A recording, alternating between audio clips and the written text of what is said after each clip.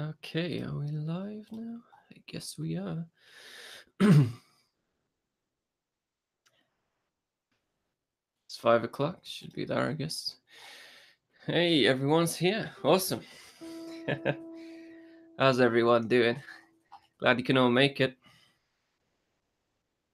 Trying to get my video to play on here, though. There we go.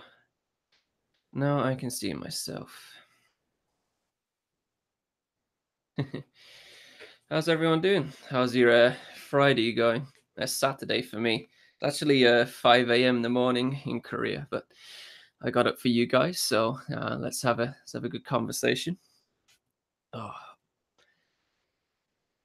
yeah, this is the second live QA that I've done. So let's talk about any guitar gear, songwriting, the guitars themselves, music, and yeah.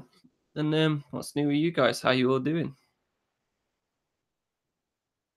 Arsec, love your channel. Thank you. Evening.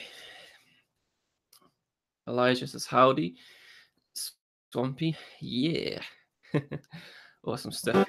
I got my guitar, but I'm plugged directly in, so it might sound a bit crappy as usual. So bear with that. But yeah, fire away.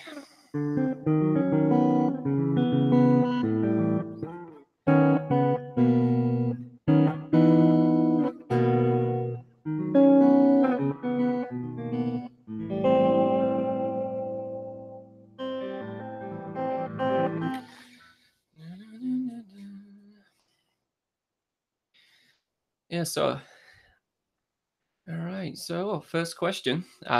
ACM Master asks, if you could get another guitar, what would you get? That's always a tough question, right? I'm always back and forth with getting a new guitar. I don't particularly need one, but I think we all want to get one, right? That always happens. So, um, new guitar probably would be another PRS, or it would be a Telecaster.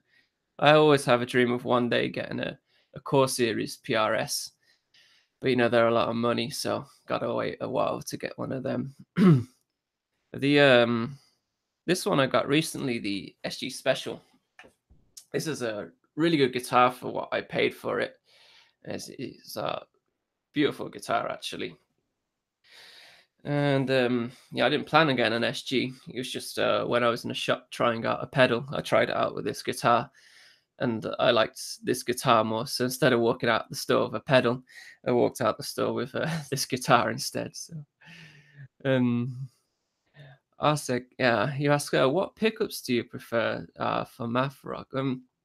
Actually, the I purposely have like on these they're quite higher output than they are on my PRS. So depends on what you're going for, because the higher output stuff is a lot more aggressive and bitey. So if you want to do more heavier styles of music, then heavier styles of math rock or whatever, then I recommend using the higher output pickups.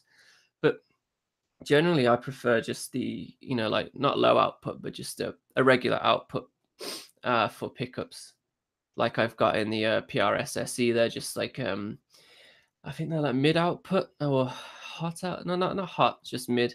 And they're for jazz actually. Those pickups, but I really like those ones. All right, Kevin says greetings from Brazil. Hi, Kevin. Justin, hey Steve.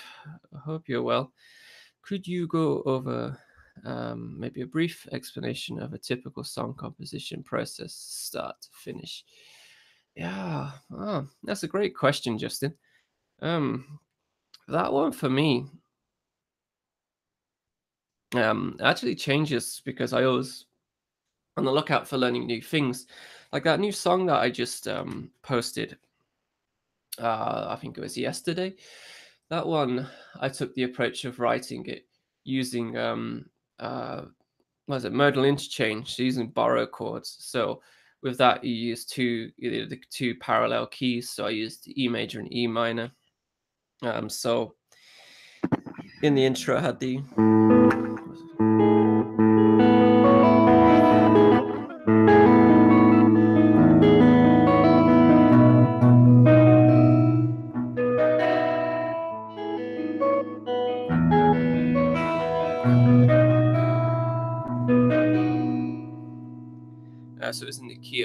E major. Let me know if the guitar's too loud, by the way. I'm sorry if I'm deafening all of you right now. Or if you can actually hear the guitar, I hope you can. I'm not just playing to myself. And then um and then for the next part, it jumps to C major 7, which is in the key of E minor. And it goes to an A minor, which is also in the key of C minor. And then it goes back to that chord again, and it goes to a C sharp minor, which is back into the key of E major. It's useful that way you can use two parallel keys at the same time. And then it comes to the chorus, which was from that Steal the Song idea.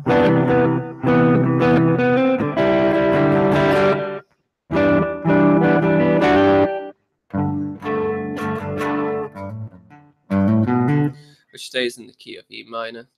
And then the bridge.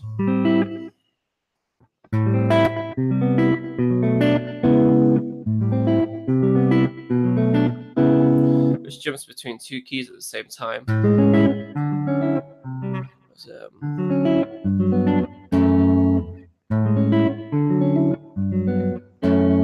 So there I'm using both A major, A minor. So that was a new way I learned of writing, using that to write a song with. But usually, I like to have some kind of structure to a song, and like have some melody, progression to a song. So some parts will repeat.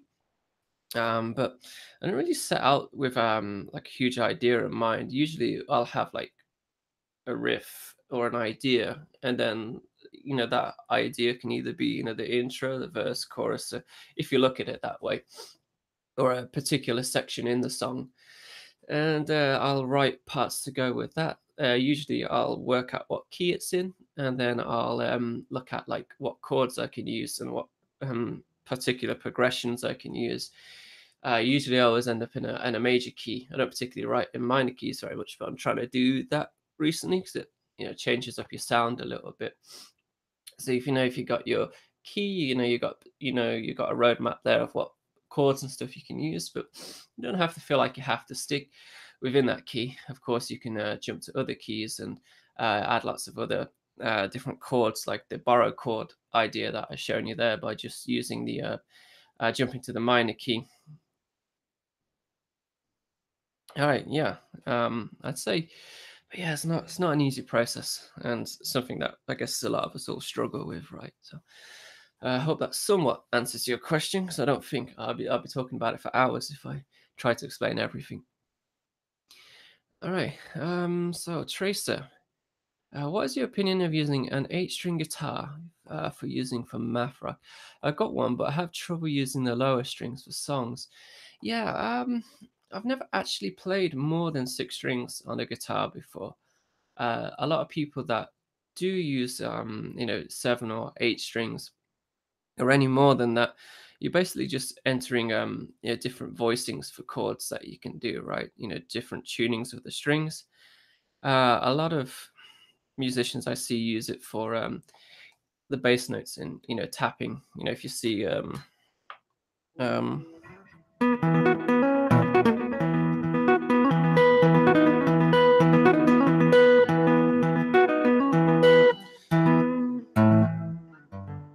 using these lower strings as bass, and if you've got more strings, they're tuned lower, so you can get access to more different voicings that way. But I think that's the way lots of people use it, and you can get some really cool, like deeper sounding chord voicings that way as well. Kind of like baritone guitar, but in a slightly different manner. Yeah, but I've not tried out more than 6 strings. So I don't know definitely, but let me know how you get on with that. Actually, I'm quite intrigued. And how do you actually go about learning those kind of things? I guess there's some courses and stuff online that you can look at. So I guess that will help. But for me, 6 strings is enough. I've already got enough to learn, so without having to add that extra bit on top. But maybe one day I'll try that out. So yeah, but at the moment I'm writing that EP. So I'm planning to do 4 songs. The one song that I released Monday, I've remixed that one again. Actually, yes, last night. And problem is, I haven't got a mastering program, and I haven't got the money to buy one, so I can't really get it to sound, the same level as other tracks that are out there. But it's sounding okay. And VST, virtual drums, still getting used to that as well. They're hard to put together. Yeah. Right, how many we got here? All right, so there's 24 of us here. So yeah, Isotope Izone is a good plugin. So that's great. Thanks. I'll check out the deals for them. I've been using IK Media, the Amplitude. They do a bundle for $99, which is not bad. So Kevin asks, "What's your favorite tuning for math rock?" I like to play in standard, but if I do have to change tuning, then there's a video I did recently. The Algernon Cadwallader video. It's a D was it DAD GHA C# E, I think it is. But that tuning was really really nice, so I recommend you try out that one if you haven't. And the tuning they use for American football on the track Never Meant as well. I can't remember that off the top of my head, but that one's really nice as well.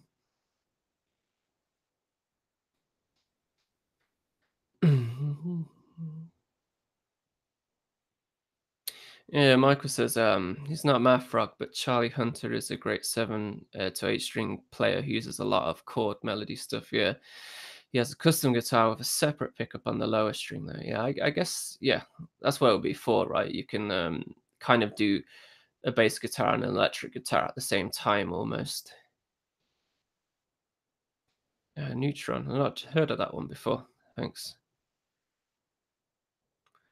Ian Ernest asks, "Hey Steve, do you know, do you, how do you go about intricate guitar parts and weaving them together? Being listening to a lot of American football, um, yeah, intricate guitar parts. For that, it does take a while to craft something, and also a good rule is not to like just make something for the purpose of it being, technical. Um, I haven't warmed up and I'm tired, so this is not going so well with the guitar part. What was it again in that track? I'll give you some examples of how I craft stuff sometimes. So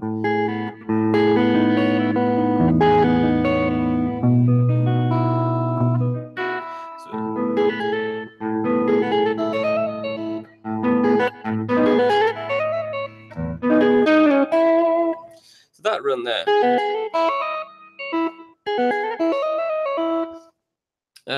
It's quite simple, but the decision process, right? How do you come up with that? How do you decide to hammer off, then slide like that? But usually what I'll do is I'll look at what chord I'm using, and then I'll pick out what's the 1, 3, and 5 of that chord because they're the strongest notes, arguably. And then I'll look for where they are in the corresponding like arpeggio or the scale. So if it's like a major scale, then you find, in that case, an A major. Find out where the strongest notes are, and then find where they are on the fretboard. You can use the ear a lot to help you with this. So.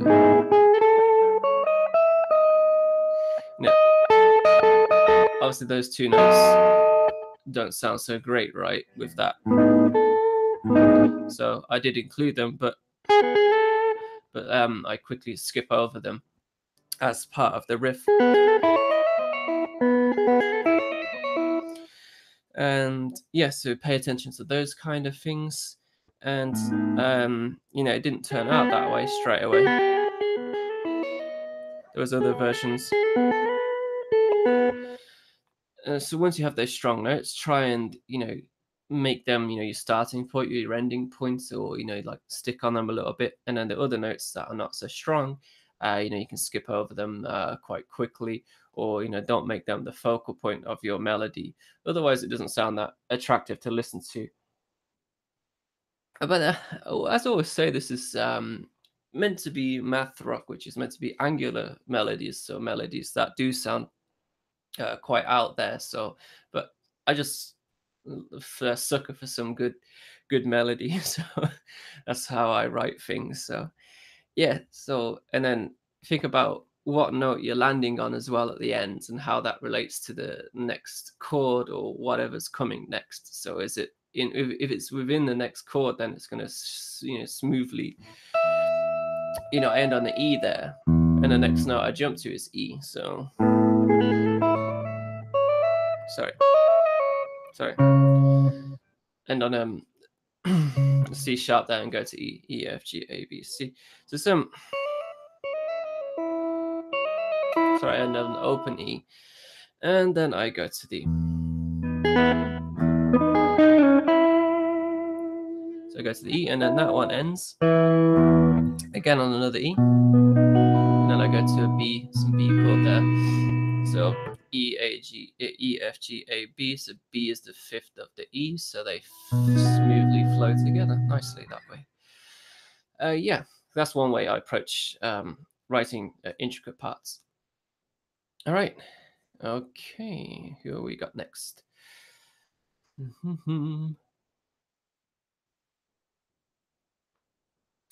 Lucy, howdy. Just a quick question. How do you go about finding new rhythms to play around for your guitar parts? Yeah, that's a tough one, Lucy. A good question as well. Usually this comes from when I learn other bands' songs, or if I'm stuck for some rhythm ideas.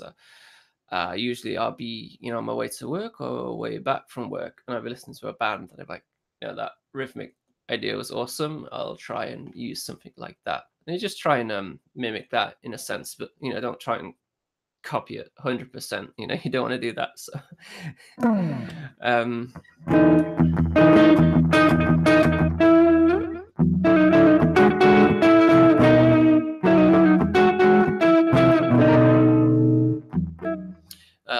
I've been working on.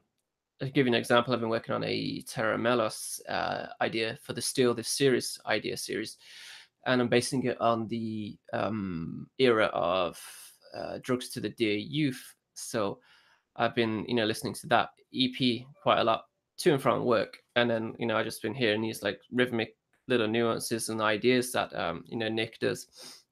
So I've been picking them up. So that's really already adapted into my playing. But it's good to have particular rhythms that you do use often. That like defines your playing, right? It's like, oh, I hear that rhythmic feature. I'm like, oh, that's definitely got to be that guitar player. They do that, quite often, kind of thing. So find something that works for you, and try and use that as like your rhythmic kind of hook. But there's also like just basic things you can do, right? You can just go and check out different kinds of beats, like a samba beat or a waltz or something like that. 3/4. The 1 2 3 1 2 3, just something simple as that, and then just start to mess around with that rhythm. Add and subtract beats, things like that should help. Yeah, hope that helps, Lucy. And all right, Michael Stephen, yeah. Yeah, it also has fan frets. Yeah, fan frets. Has anyone tried a fan fret guitar before? Because it's meant to sound more intonated, right? And flat wound strings is very common in jazz styles. And I've never tried flat wound strings either. Kevin asks, do you prefer Delta Sleep style of math rock or TTNG style? I'm a big fan of both of those bands. These days, I listen to Delta Sleep a lot more than TTNG, and that's just because I'm excited for the new release they've got coming out. What do you guys think to Al Pasta anyway? That's a really good track, I think. Like, it sounds like it's going to be a really good album, and it's recorded really well. The lyrics for that track as well are really great if you've not checked them out. But I wouldn't say I prefer either band. They do different things. But just recently, I'd say more Delta Sleep. And Delta Sleep were one where I can't remember how I got onto them. I think somebody recommended them, and I listened to Twin Galaxies first, and I started listening to the first track, Uncle Ivan. Sorry, after the little intro track, and he's shouting and stuff like that. And I was like, oh, maybe this is not for me. It don't sound so good. And then like just the whole album after that, like just fell in love with it. So good.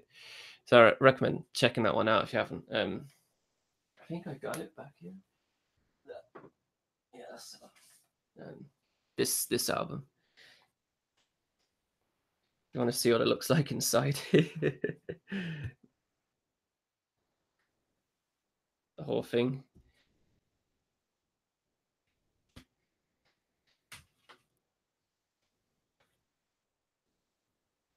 Oh, you're welcome, Lucy. And Ian, yeah.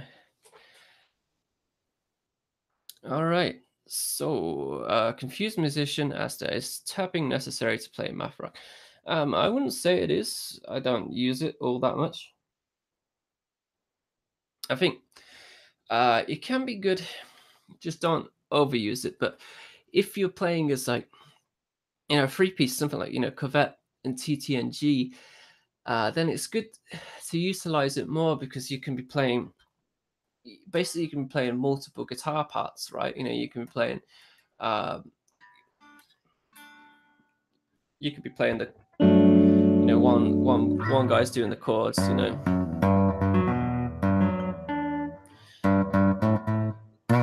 you can be using your tapping to follow the bass to kind of, like pretend it's another guitar in a sense, right?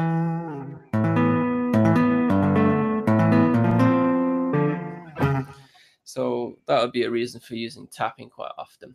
And you hear that like in bands like Covette and Tim with TTNG, they are three-piece bands, so it really works with them. But don't feel like you have to put tapping in just because it's like something that's synonymous with math rock. Um, it's I always try and like add it as like coloring parts, right? So it's just there sometimes, and it's not always needed. And you got to ask yourself too, like does it need to be played that way? Like if you have something like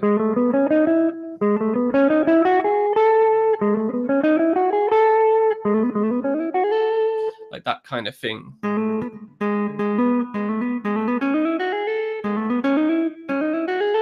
Do you really need to play that as tapping? And it's annoying when you see people like doing stuff like that. Why would you do that?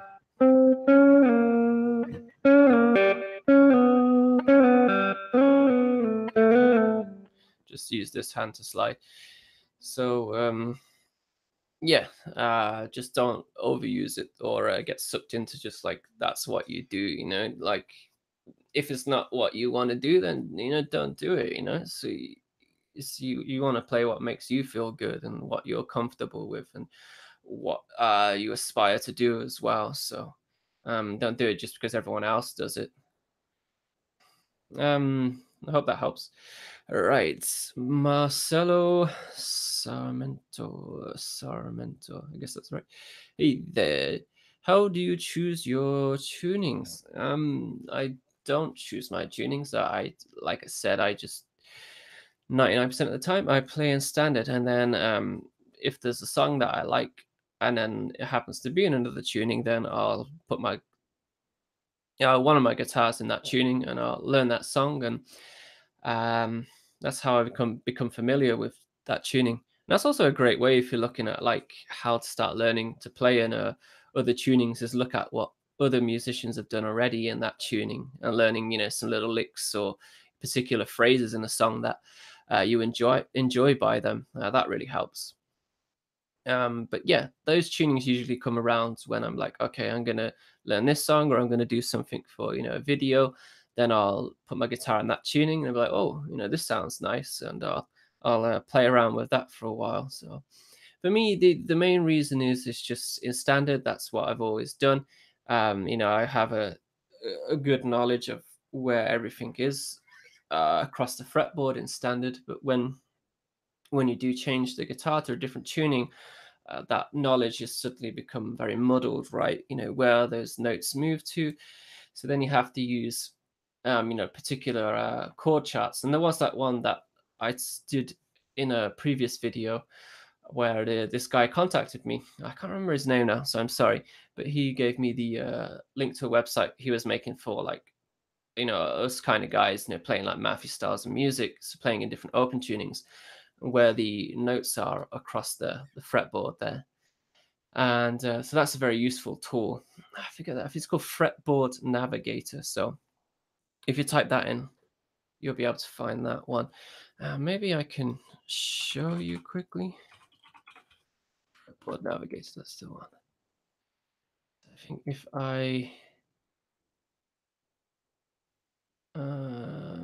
I share my screen with you,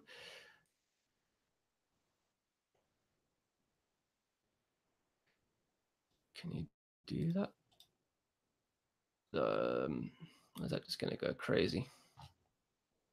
No, I'll just share the entire screen for now. Yeah, so there you go. So fretboard navigator. So you can choose your tuning, and so far it's got all of these ones.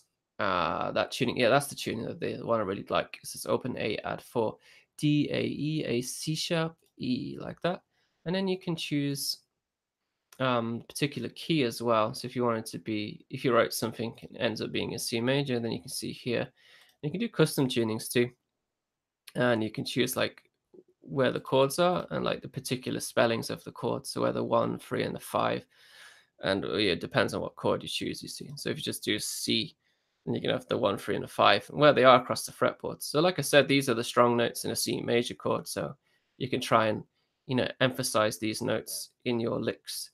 And here, he recommended me, so that's really good. So okay, how do I get back? That's the one. Stop sharing. There we go. I'm back. And there we go. Yeah, so that one's a hugely useful tool. So I'm so glad that guy contacted me. All right. So, oh, I missed a question back there. It said, what's that? Duct tape ninja. I says, love the channel. Thanks, dude.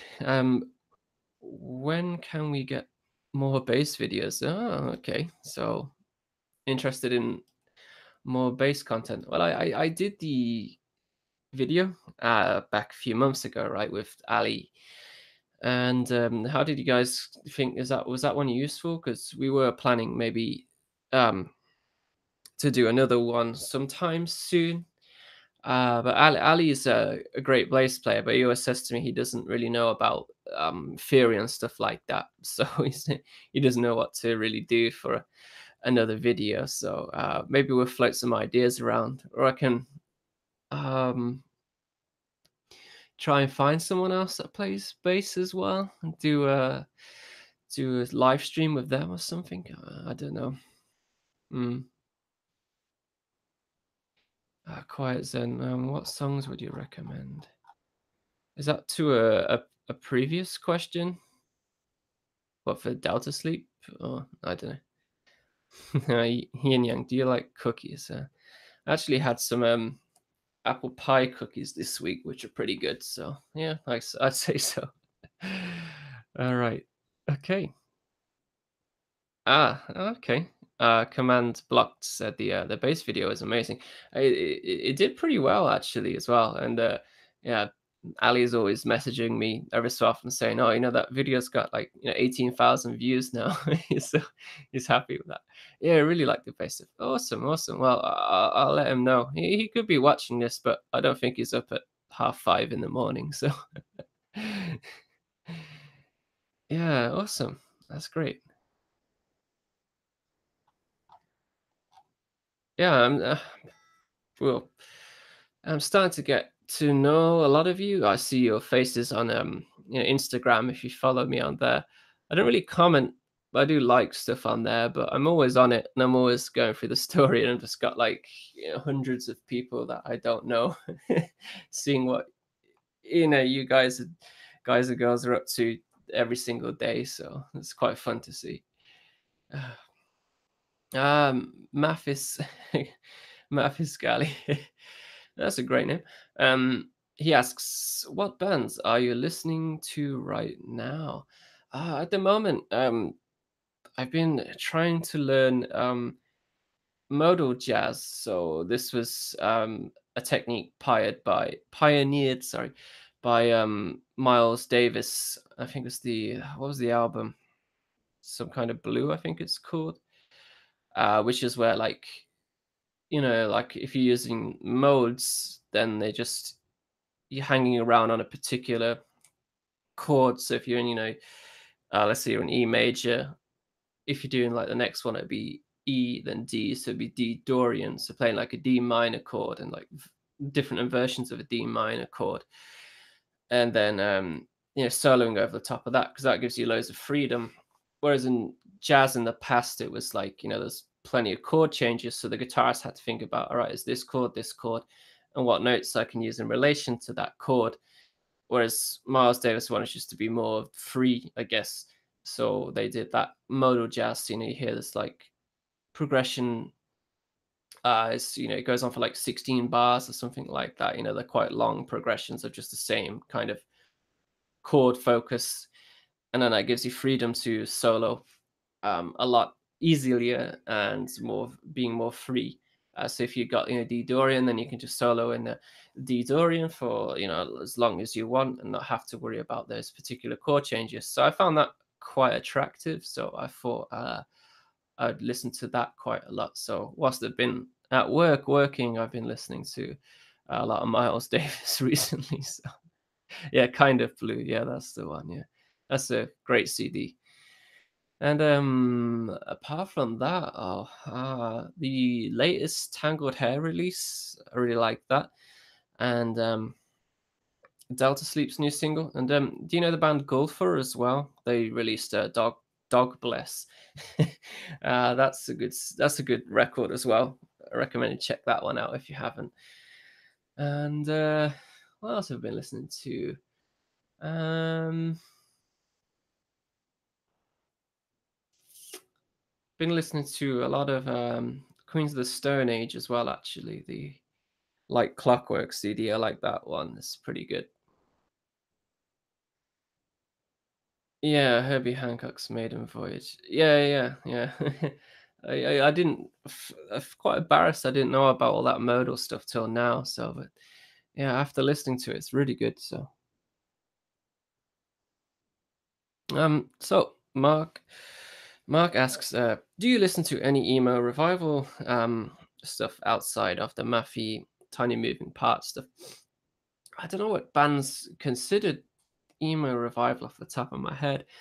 But when I was started writing music, like when I was like 15, 16, I was listening to like Braid and like the Get Up Kids. I think I've mentioned before.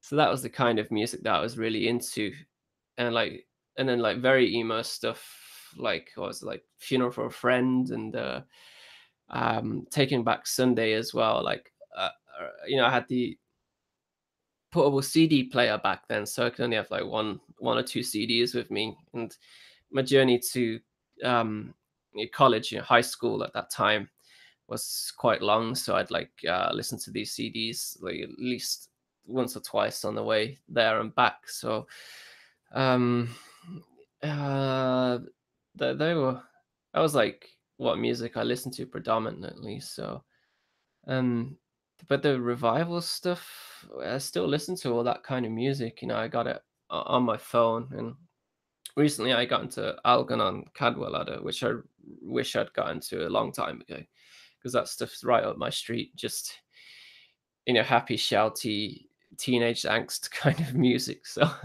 I really like that. I like Captain Jazz as well. So that kind of stuff I really like.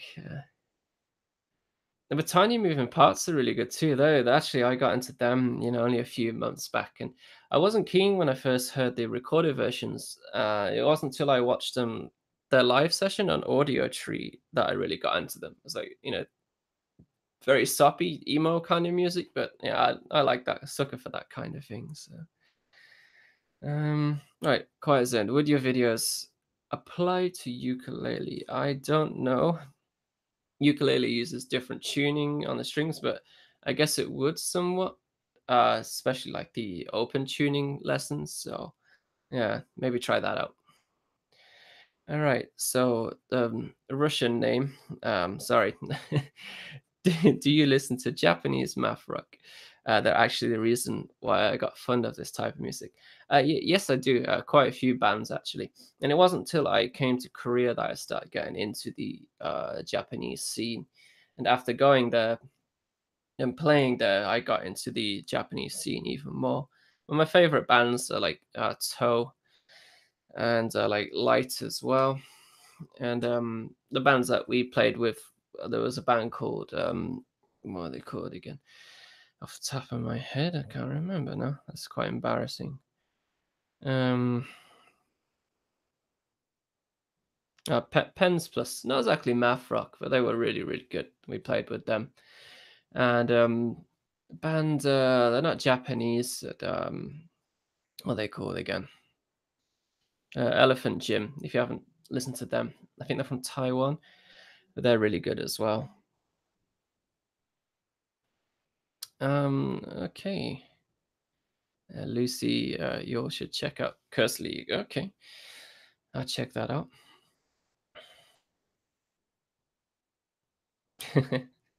Mark, awake but still in bed. The hot liar. Okay. Okay. Good. Good. Yeah. Yeah. I'll write that down. Awake but still in bed. I've definitely heard that name before. Actually, it's incredible how many bands there are actually out there.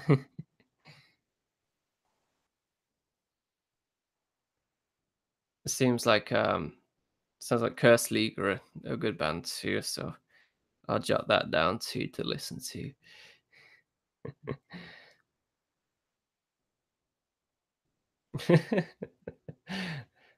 It's wild to see someone rapping them in this 20-person live chat.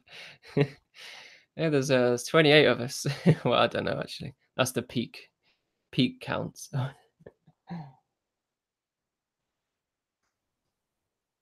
Well,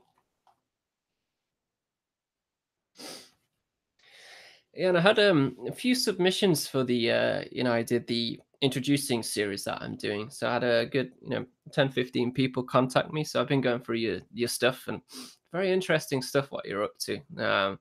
Especially the different varieties of styles. I got stuff from like really kind of like jazzy math stuff, and then I got like very emo tinged like math rock, and I got very upbeat kind of like emo kind of music, and then I got very like technical like prog kind of math. So it was very interesting to see kind of the styles that you guys and girls are all playing there. So yeah.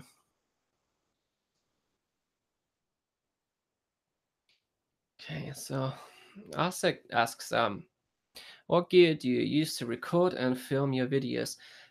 So for camera, I use my um, I got the Galaxy S7. Actually, got the case.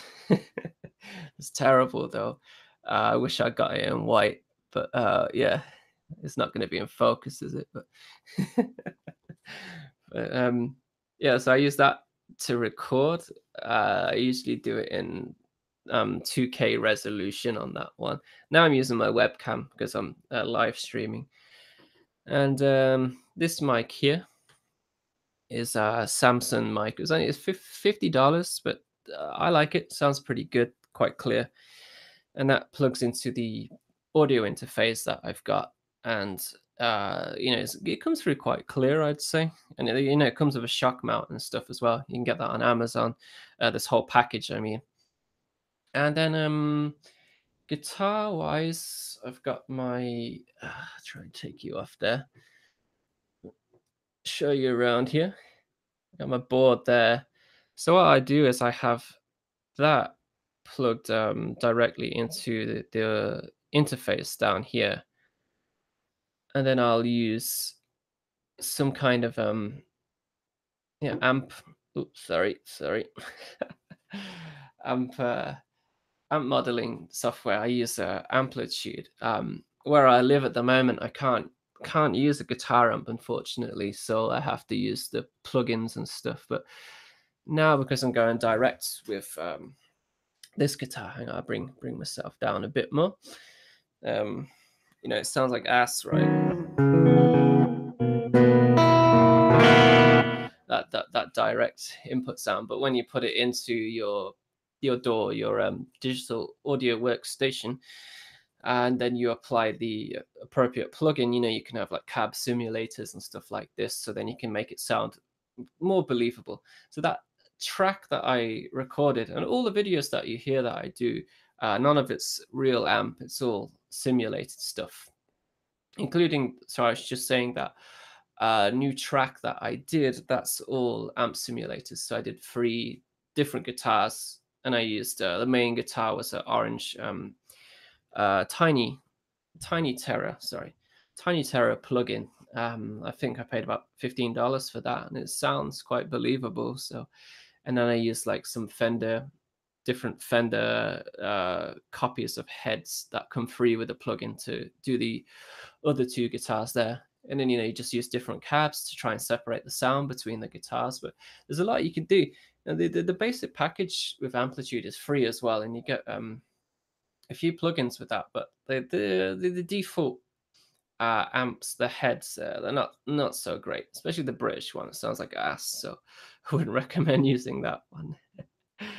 Yeah, so then I have my pedals going into it here, and then the good thing about using the amp plugins as well is, like, you record something and you're not happy with the way it sounds, you can just put the different amp plugin, and then it just resets, and then you can just tweak your sound again that way. So that's quite useful.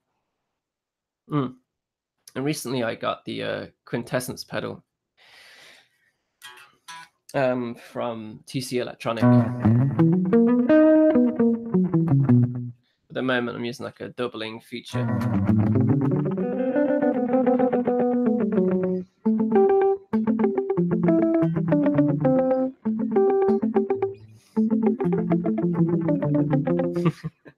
I made that one myself, the tone print. And then you got like an octave one.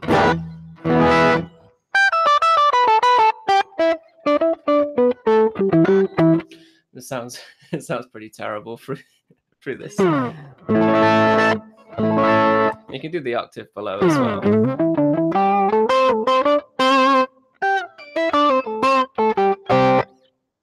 And then you got things like you can do like a third and a sixth at the same time.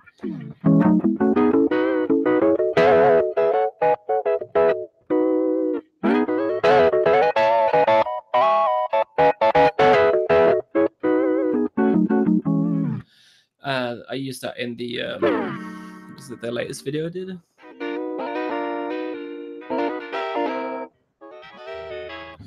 Problem is you need to choose the appropriate key on the thing. So if you start playing elsewhere, it's going to sound nasty, and you need to choose the appropriate scale. So it's a bit confusing to use, and it's only monophonic. So it means if you play chords, it sounds awful.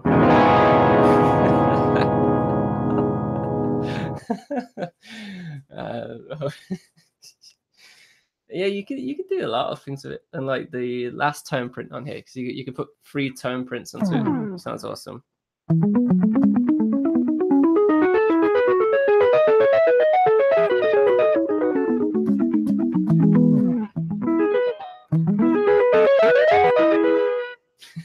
So the delay, it goes up a third and then a fifth as well. It sounds awesome.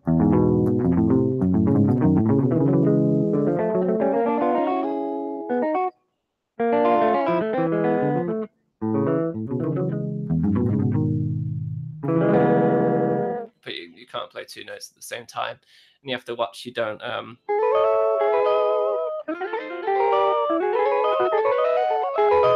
leave notes ringing over the top as well.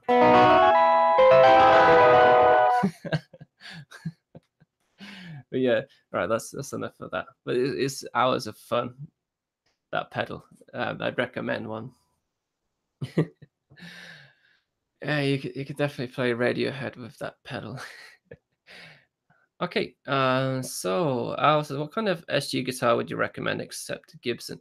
Um, back in the day, one of my first guitars was I don't know if you heard the company, but Stag. I had a Stag SG. That was like a really cheap guitar, but I really liked that guitar. Not an SG, not Gibson. Sorry, I don't know. I don't know off the top of my head. There's got to be plenty of SG copies out there, right? Mm. Okay, right, so let's go back up. Let's check I didn't miss anything.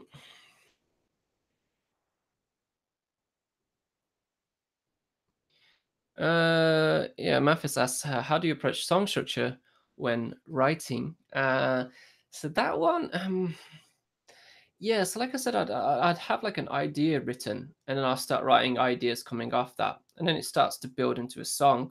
But then you just start to think of like what goes well with what. So like maybe if I flip this section around, it might work a bit better, or if I shorten this section or lengthen this section, or this section, I want it to keep going, but it's getting a bit repetitive. So then I can change it up a little bit, or I can record another guitar, or have two guitars, for example. One thing you can do, a little tip, if you've got like some kind of chord progression,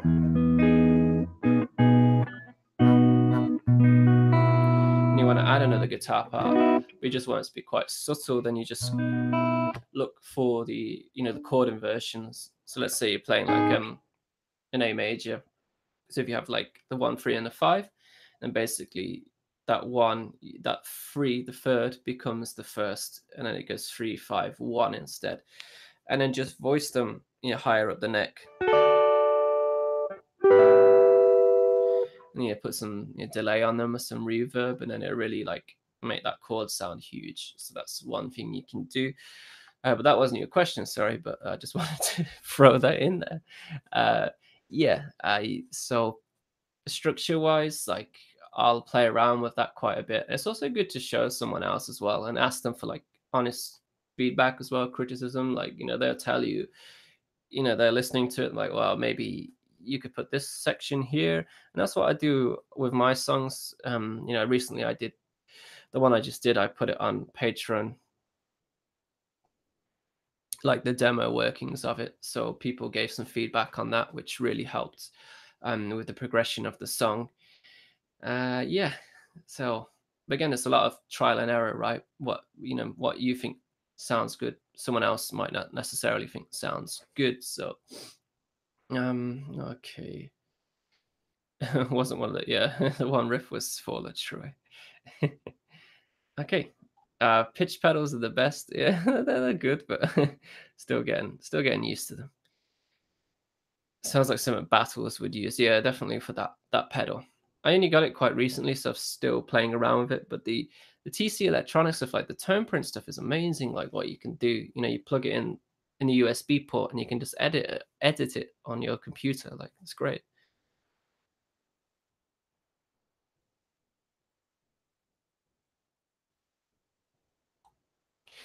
Yeah, the Tour Troy intro stuff isn't. It's just that one anyway. Just sounds like there's a lot going on because of the delay on top of that one. If you listen to the original version of that song on their first album, that goes just like that with the same delay on it again. It's a much more chilled out version, but has a nice contrast. All right.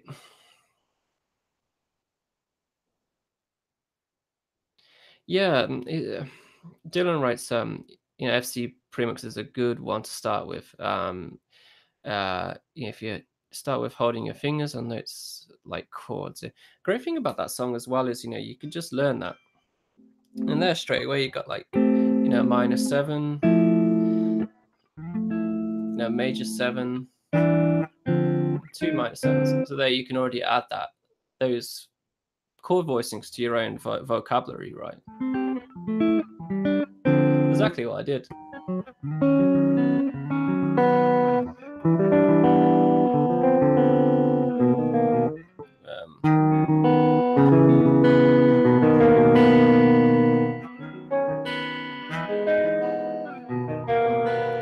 that's something I use on one of my songs, and it's just those chord shapes: -7 and a major 7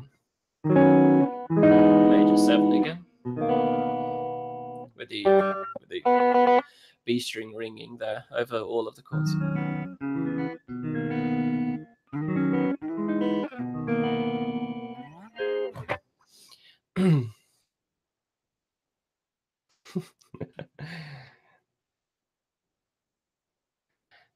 I'm going to get the guitar profiles and give it a bash tomorrow. Yeah, yeah, try it out. See. Harrison Foreman asks, "How many guitars do you do you on the what do I own? I guess so. PRS to Gibson. Anything else? Do I own? I guess yeah, it's meant to be own, right? You've missed out the W. So, um, at the moment, I've just got this and the PRS. I did have the Squire, but I didn't get on with that, so I sold that one. The Squire do the what are they called? No, it's not Classic Player. Classic Vibe series, and they have Strats and Tellys in that series, 50s and 60s, and they're really nice guitars. They're made in China, but I'd say they got better, the better specs than the Mexican standard Strats that you can get.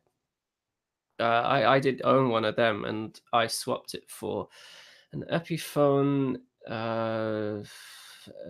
Les Paul custom uh, custom custom something or another. It's like white with gold hardware, and it was like cost more than that guitar, but like I swapped it. So I wanted to get some humbuckers at the time. And I met this guy, and then I brought it home. It's like, man, this thing sounds like ass. So I really regret swapping that guitar. But if you're looking at getting a decent Strat for a cheaper price, then I recommend checking out the Classic Vibe or a cheaper Telly with that like kind of vintage specs, because they sound great. They're made in China, but they're really well made, so don't be put off by that. And I thought they were better constructed than the Mexican series that you can get. Mm. All right. But yeah, just these two guitars at the moment. I'd like to have more, but I don't have the room for it, and I'm not the conscious for having guilty conscience of having more than two guitars, because honestly, I play these two, and if I had a third guitar, then one would get neglected a lot. So, but one day, I'll save up my money and I'll buy like I said, hopefully a core PRS series. So. And I'd like to get a Fender at some point as well, I guess. But the problem is, I like Fender guitars, but here in Korea, the import on them, like, it costs a lot of money. Like the Gibson series is cheaper to buy here than the Fender series. So like the price I pay for like a Mexican standard here is a good like $200-300 more than it would cost you in the States. So I can't really justify doing that. So. All right, so back to the chat. What have we got? So Dylan asks, when you write music, do you sit down and try and focus on the writing, or do you just let the ideas come to you and piece songs together over time? Yeah, I say more the latter kind of thing. So I'll spend I'll have some time dedicated to writing, like a song or an idea or something like that.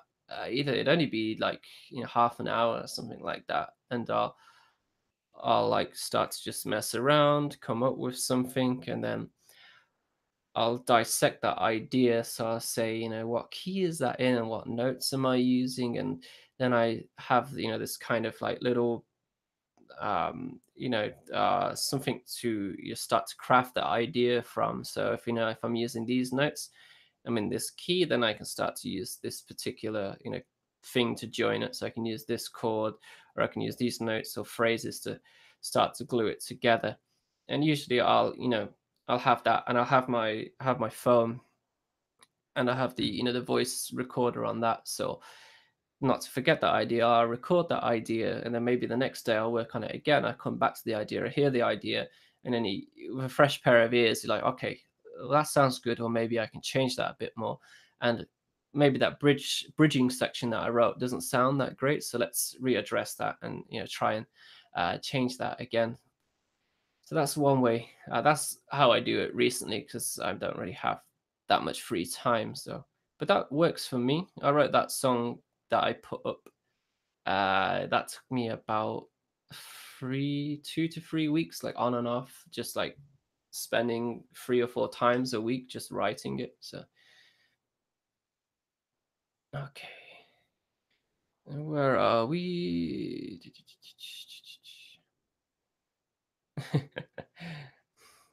Think I'm Bass God said, well, those chords really sound like FC Premix when you got here. So, oh well, just read the comments. Thanks. John Margas, yo, was wondering if it's possible to make a living out of playing a niche genre such as math rock, or should I just keep it as a hobby? Korean, want to start Korean music one day? Yeah. I studied music at college and university. But I was always drawn more to the mafia sides of music. That started when I was at college. That'd be high school for the American folks out there, I guess. So and that's what I liked playing, but I never thought that I would make a career off that kind of thing. But the evidence is there, right? Look at the bands that we listen to and stuff. The ones that are getting, they're touring a lot and they're getting a lot of recognition, and they're pretty big. So they must be making somewhat of a living off it, I guess. I wouldn't know the numbers exactly, but it's tough competition, definitely. So but make the music that you want to make, man. There's no point just writing it to be commercial or anything like that, right? Write what makes you happy and what you happy with writing and putting out there. It's good not to compare yourself to other people. You should compare yourself to, like, who you were yesterday as a player, right? So, am I getting better? It's also good to track your progress, right? So record stuff and then listen to it a few months later. If you've been practicing every day, you'll start to notice that, all right, I'm better than I was back then. So if you just compare yourself to others, that just sets the platform, and then you can become demotivated that way. It's not a great way to go about it. So. Du-du-du. Um, Oh, the Aftermath. I'm assuming you listen to Invalids, so good game. Yeah, I like Invalids, yeah. And it says, by the way, good stuff. I love the video, so thank you very much. A random question, but do you have any favorite left-hand guitars? Not really, no. Maybe, top of my head, probably like Kurt Cobain or something like that, I guess.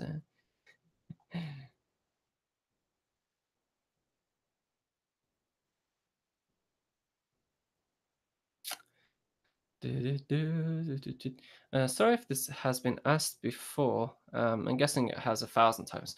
But what songs would you recommend practicing for a beginner to get into the habit of playing at odd time signatures? Oh, okay. Playing in odd time signatures. Songs that I learned that were in odd time. Because there's not a lot of stuff that I learn, as math rock. It's not particularly always in odd time signatures. It's more that it's polyrhythmic, right? So it's syncopated. So the rhythms are quite odd, but it's still in 4/4 structure. You find that's a lot like with the Fall of Troy stuff, right? It sounds like it's in odd timing, but you find that it's actually just mostly in 4/4. And that was one of the first bands that I started learning. For odd timing, learning the song All We Need Is a Lot of Energy and a Little Bit of Luck by Meet Me in St. Louis. That has quite a few different odd time signatures. And there's a guitar profile of that song as well. And it's not too difficult, especially if you take it at a lower speed first and build up. But that has lots of odd timing, and it has lots of rhythmic interchange between the two guitars. So it's fun to learn the two guitar parts, and then that will be a good introduction into that kind of thing. But let me know if that's too difficult, and I'll recommend some other stuff for you.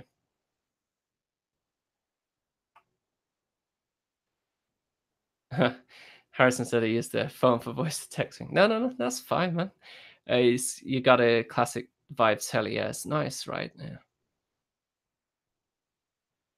Oh, thanks, Dylan. Yeah, he says, love the videos. Been following you since the first one. Wow. That's coming up to 2 years this August since I actually started. So I think I'm based. Got what about Dan Electra? Dan Electra is made in Korea, I think. Yeah, yeah, they are. A lot of the guitar sites that I use here to buy some of my stuff from, they have the Dan Electra stuff. It's actually considerably a lot cheaper here than it is either in England or in the States. So I'm always toyed with the idea of getting one because they do look cool. I used to have a Longhorn bass when I was back in England, and that was fun to play. But yeah, I'll try one out soon and see if I like it. uh, okay, thanks, Rumba Chumba. Hey man, you're doing the good work. Yeah, here, keep it up. Thank you. Mhm.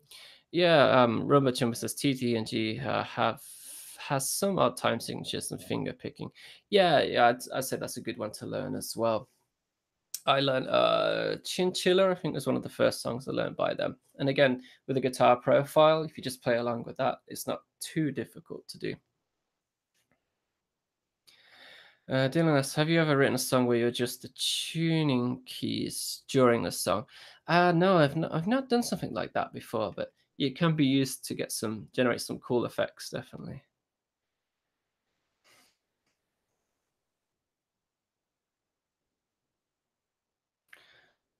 Mark Eyes, I'd love some recommendations for relatively easy to learn right hand tapping songs.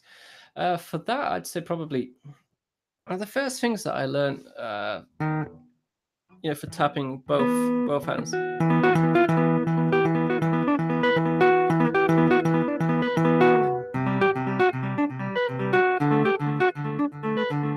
I can't remember, but something like that. It's a funeral for a friend, and that was the first thing, and that's a very good exercise just for if you're just getting into tapping.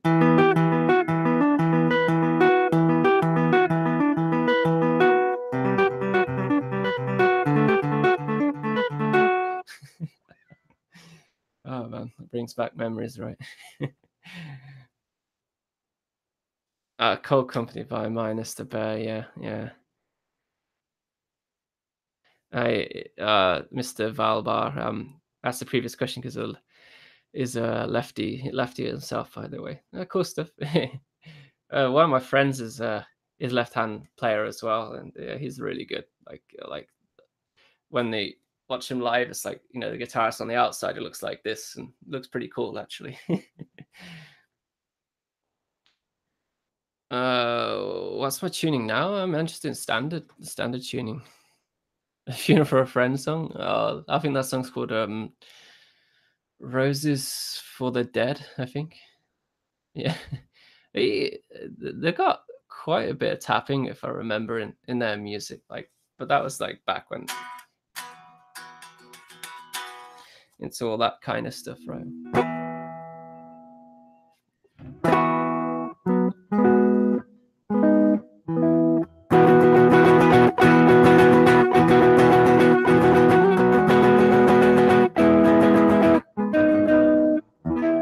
I can't remember that one. Dear me, dear me. Oh, P.S. I purchased the Dan Electro in Europe, and it's lovely, but haven't tried many good guitars, so really can't compare. Yeah, I heard they're really well made for the price. So next time I'm in a store here in a shop, I'll try one out if they've got one on the wall. Problem is they never rarely have them in the one that I go to. All right, I'll need to get going soon, so let's do a few more questions. 14-year-old email me. Thanks you for the points. Wow, thanks. I can't play guitar this morning. It's like I said, it's 6 a.m. now, and I haven't warmed up or anything. And just that direct sounds like 100% shows all your mistakes.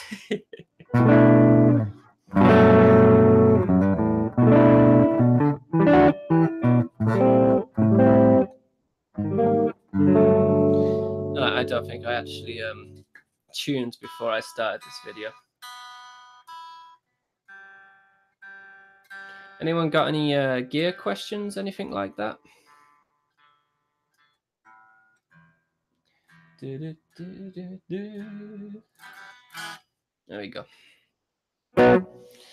Oh, greetings from Russia. I really enjoy your channel and music. Thank you very much. Violent restitution, is that? Wow, okay.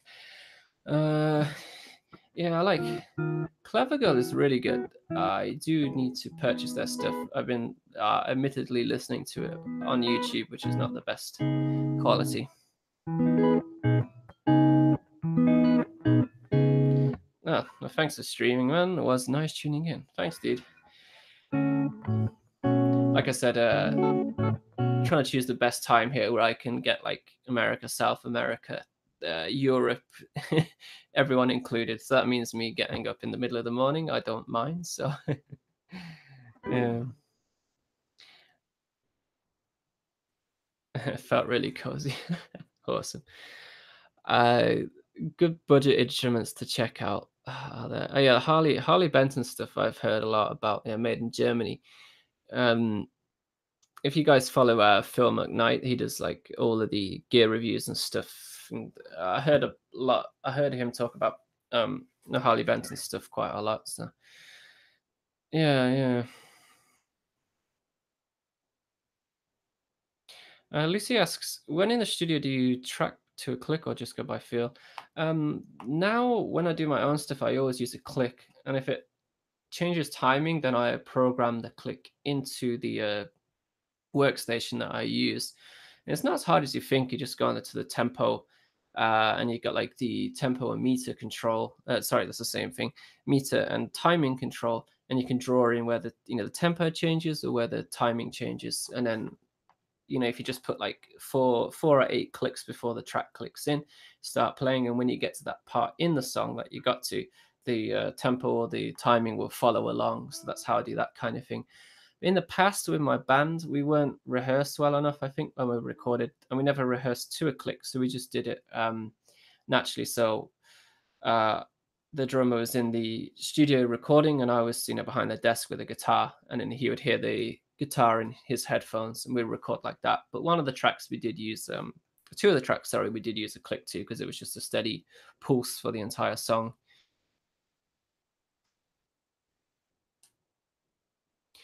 Yeah, Mr. Valbar asks about gear. What do you think about digital amps like Guitar Rig?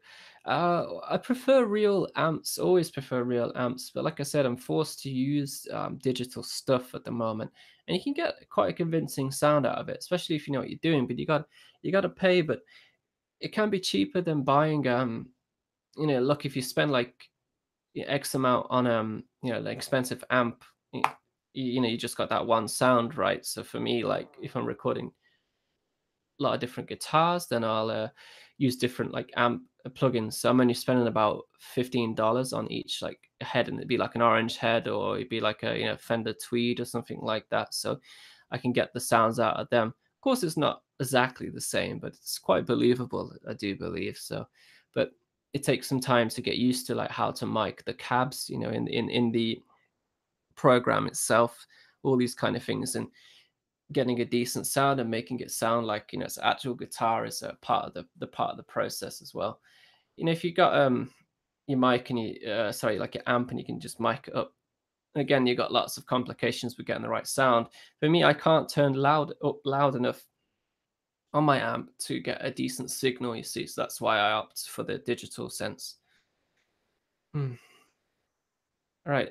My Sunday, if I really like your channel. What do you think about Crash of Rhinos? Yeah, big fan of Crash of Rhinos. I hadn't heard of them until Ali pointed them out to me, and I really like their stuff. Yeah, it's very it's huge sound, but it's really good, really good.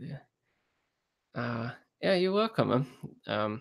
I try and answer all the questions I can. So obviously, not so easy. So, and I appreciate you guys all for yeah, tuning in. Definitely. So, last question: have you ever encountered any Washburn guitars?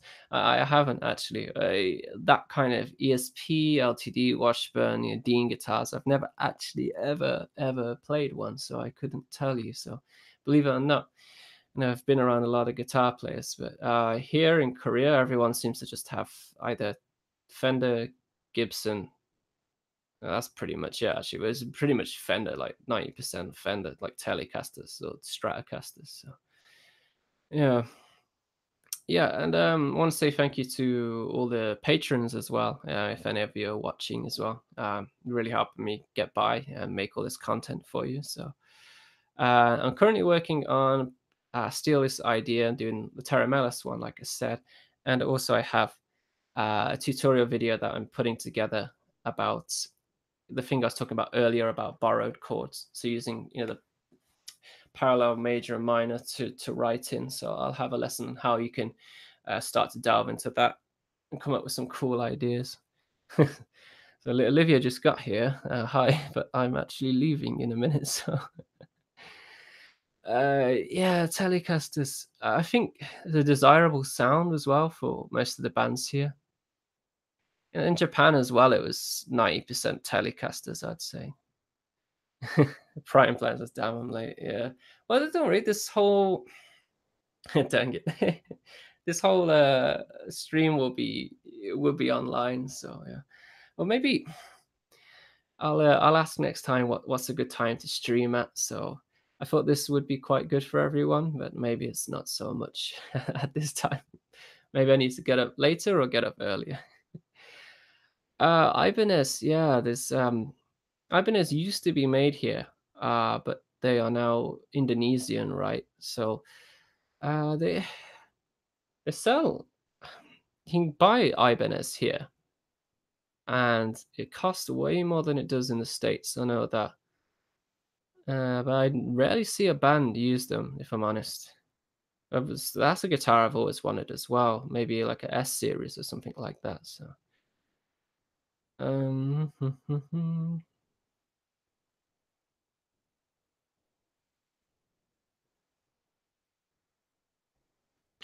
oh, Olivia asks, do you know any more songs like Quaggle? The last song on Tenses. Yeah, I wrote that song as kind of a ballad slash kind of mathy kind of idea. So actually, I don't know. Um, Yeah, that one's tricky to hear another band that plays that kind of that style. So that one again, as I said, I wrote it with like a ballad idea in mind. So you'd have to try and find. When I listen to an album, I love it when the last song on an album is something like that. It's very grand and it's like a closing to the CD. So that's the idea I had in mind. So that was all influenced like by big one would be Enter Shikari. Like every last song on their CDs is like that, right? And Korean people love ballad music, so that's why I wrote that one too. So yeah, it kind of sounds like American football, I guess. Yeah, yeah.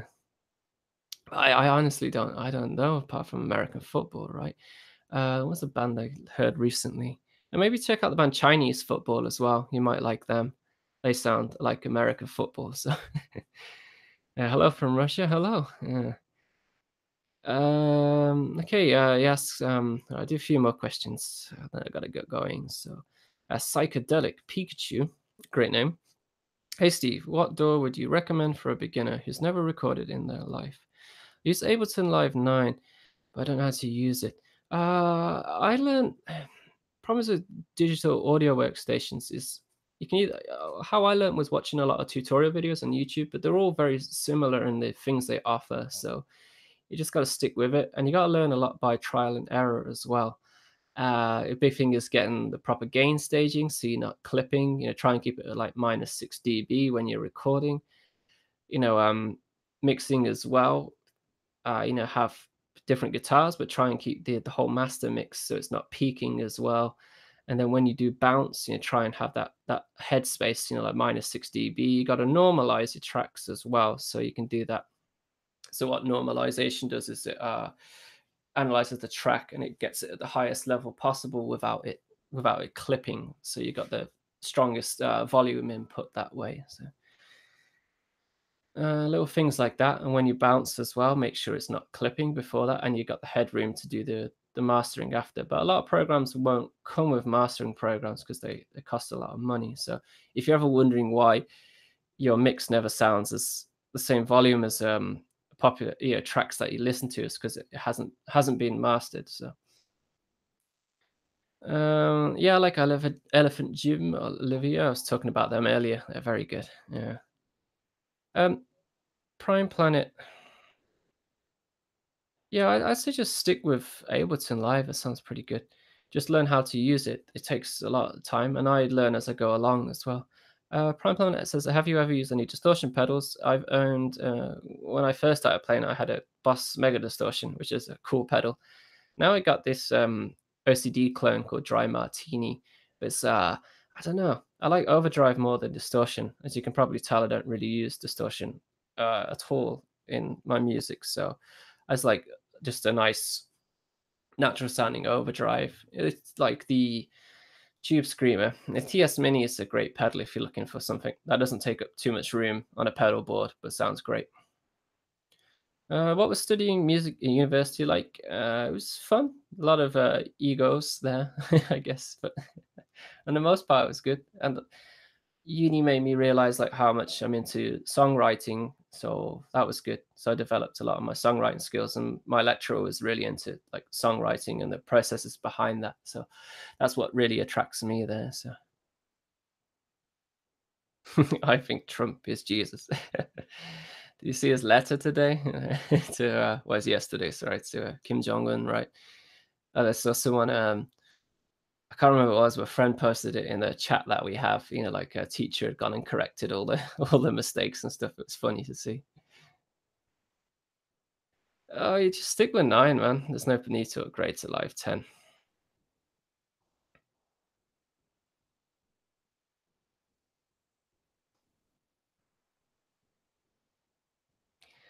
Right. All right. So I'll do 2 more. What do you think about Dillinger Escape Plan and other math metal bands? When I was at university, I was really into that kind of style of like that style of music. Where I was listening to a lot of like well, it was mostly Sixth, if you know the Sixth band Sixth from United Kingdom. I think they're from somewhere in England, but them and Dillinger are what I listen to quite a lot.